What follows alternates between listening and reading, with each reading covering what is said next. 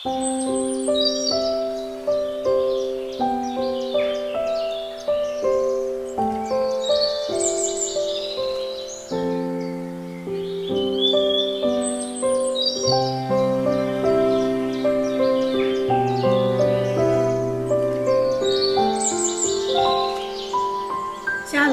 para sahabat, jumpa lagi dalam Weekend with Jesus.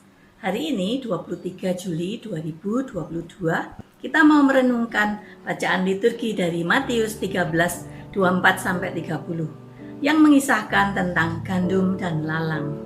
Di mana hal kerajaan surga itu ibarat seorang tuan yang menaburkan benih yang baik di ladangnya yang tumbuh sebagai tanaman gandum. Namun ternyata pada malam hari si jahat menaburkan benih yang jahat, yaitu yang tumbuh menjadi ilalang, tanaman perusak yang dapat menghimpit dan menghambat pertumbuhan gandum. Sang empunya ladang tidak mungkin mencabut lalang selagi gandum baru tumbuh, karena mereka tampak serupa. Sampai gandum mengeluarkan bulir-bulirnya, maka baru bisa dibedakan yang mana yang gandum, yang mana yang lalang. Dan pada saat musim menuai tiba, maka barulah semuanya akan dicabut dan dipisahkan. Lalang akan diikat menjadi satu dan dicampakkan ke dalam api. Di sini kita mau melihat diri kita dari dua perspektif yang berbeda. Yang pertama dari sisi sebagai tanaman gandum. Seandainya kita ini tanaman gandum yang baru tumbuh, namun dihimpit oleh tanaman lalang, kita mengalami berbagai kesukaran serta tantangan hidup. Kebanyakan dari kita pasti mengeluh, mengaduh, bahkan protes kepada Tuhan. Kita merasa diri sudah berbuat baik, sudah pelayanan, sudah berkorban, tapi kenapa harus menderita? Kenapa harus menjadi korban? Kenapa sedikit yang mendukung? Dan mengapa Tuhan izinkan semua ini terjadi? Kita sering bertanya-tanya dan tak habis pikir mengapa. Kadang kita mulai menyalahkan Tuhan. Dan kita berpikir, mengapa orang baik menderita, orang jahat malah diberkati? Para sahabat, apakah kita tidak salah alamat kalau mempertanyakan di mana keadilan Tuhan? Tuhan sekali-kali tidak pernah mengirimkan penderitaan dan kemalangan. Pada malam hari, si iblis menaburkan benih yang jahat. Jadi si iblislah yang berusaha menjatuhkan manusia lewat kejahatan, iri hati, dendam, kesombongan, dan lain-lain.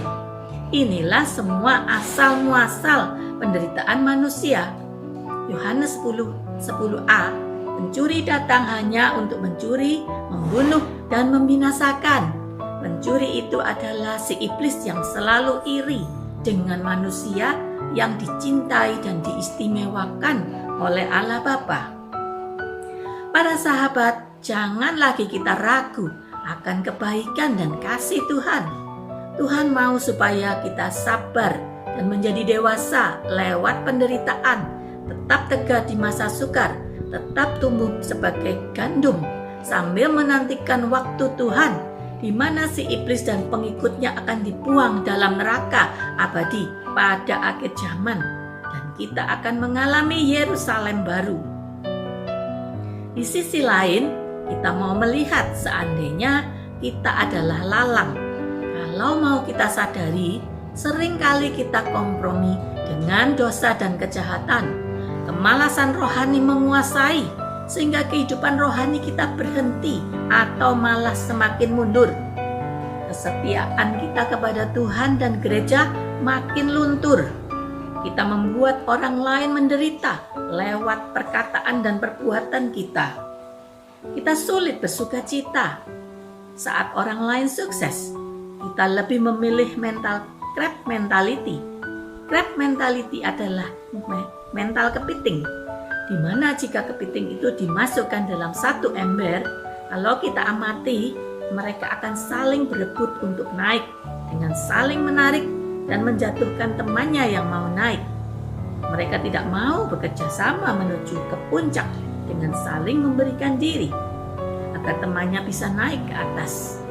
Memang tidak mudah, bisa menerima kesuksesan atau ketenaran orang lain, apalagi mereka teman dekat sendiri. Dalam pelayanan pun kita kerap merasa lebih jika berhasil mengemban satu tugas pelayanan. Hal ini menandakan kita masih jauh dari kerendahan hati. Padahal orang yang rendah hati dikasihi Tuhan. Para sahabat, Tuhan minta kita bertobat, kembali menjadi gandum, jangan menjadi lalang, sebab Tuhan tidak mau kita binasa. Yohanes 10:10b, Aku datang supaya mereka mempunyai hidup dan mempunyainya dalam segala kelimpahan. Keinginan Tuhan adalah manusia hidup dalam sukacita, bahagia berkelimpahan. Caranya hanya dengan jalan mendekat dan bersatu dengan Tuhan. Lewat sakramen-sakramen gereja, kita akan menang dalam peperangan rohani, mengalahkan benih-benih si jahat. Para sahabat, seorang teman menceritakan pengalaman imannya saat merenungkan firman ini. Ia adalah seorang karyawan yang merasakan ketidakadilan. Ia sudah bekerja dengan keras dan jujur, namun di sekitarnya banyak orang yang iri pada jabatannya. Terjadi persaingan tidak sehat, saling sikut-menyikut. Dalam keadaan terjepit, ingin sekali ia membalas dengan perbuatan tidak jujur. Ingin sekali berharap yang tidak baik terjadi kepada mereka yang jahat. Namun perikop firman ini menyadarkan dia, kalau sampai mereka dicabut semua, pasti akan terjadi kekacauan dan mungkin dia pun akan ikut tercabut. Ternyata dampaknya kemana-mana. Firman ini memberikan kekuatan baru kepadanya untuk menghadapi segala tantangan di depan. Ia tersadar untuk tetap teguh dalam iman, bekerja dengan jujur, dan tetap berbuat baik, tidak membalas kejahatan dengan kejahatan. Ia percaya bahwa tangan Tuhan terus memegangnya. Para sahabat, sadarilah bahwa Tuhan selalu ada.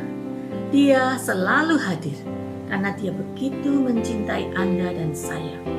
Mari membalas kasih-Nya lewat doa, komunikasi yang intim, dan hening di hadapannya.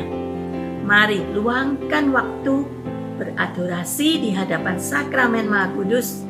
Kalau tidak bisa offline, sekarang kita bisa online. Makin sibuk, harusnya kita makin memberikan waktu kepada Tuhan. Tuhan rindu agar kita terus bertumbuh dalam pengenalan dan kasih kepadanya. Agar kelak kita semua yang beriman kepadanya didapati sebagai gandum yang siap menerima keselamatan kekal dalam kerajaan Allah yang sempurna. Amin. Saya Pratiwi Putri Cahyono, pengajar di Sentra Evangelisasi Surabaya, SEP Santo Yohanes Penginjil. Mari saksikan terus Weekend with Jesus setiap hari Sabtu. Tuhan memberkati.